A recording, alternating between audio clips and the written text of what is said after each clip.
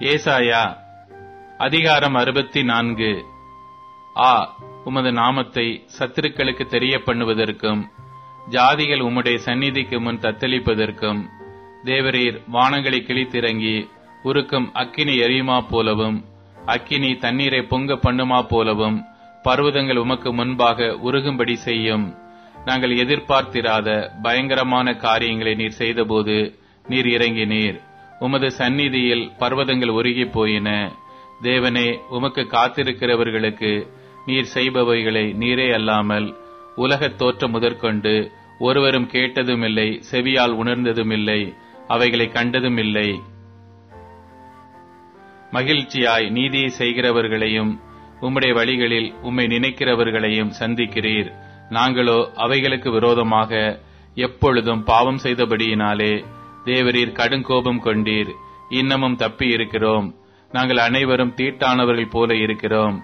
எங்களுடைய நீதிகள் எல்லாம் அழுக்கான கந்தை போல இருக்கிறது. நாங்கள் அனைவரும் இலைகளைப் போல் உதிருகிறோம். எங்கள் அக்கிரமங்கள் காற்றைப் போல் எங்களை அடித்துக் கொண்டு போகிறது. உமது நாமத்தை நோக்கி கூப்பிடுகிறவனும் உம்மை பற்றி கொள்ளும்படிக்கு விழித்துக் கொள்ளுகிறவனும் இல்லை. தேவரீர் உம்முடைய முகத்தை எங்களை விட்டு மறைத்து எங்கள் அக்கிரமங்களின் நிமித்தம் எங்களை கரைய பண்ணுகிறீர். இப்பொழுதும் கர்த்தாவே, நீர் எங்களுடைய பிதா, நாங்கள் களிமண். நீர் எங்களை உருவாக்குகிறீர். நாங்கள் அனைவரும் உமது கரத்தின் கிரியை. கர்த்தாவே, அதிகமாய் கடும் கோபம் கொள்ளாமலும் என்றைக்கும் அக்கிரமத்தை நினைத்துக் கொள்ளாமலும் இருப்பீராக. இதோ பாரும், நாங்கள் அனைவரும் உம்முடைய ஜனங்களே. உமது பரிசுத்த பட்டணங்கள் வனாந்தரமாயின. சீயோன் வனாந்தரமாயிற்று. எருசலேம் பாழாய் கிடக்கிறது. எங்கள் பிதாக்கள் உம்மை துதித்த பரிசுத்தமும் மகிமையுமான எங்களுடைய ஆலயம் அக்கினிக்கு இரையாகி இன்பமான எங்களுடைய ஸ்தானங்கள் எல்லாம் பாழாயின.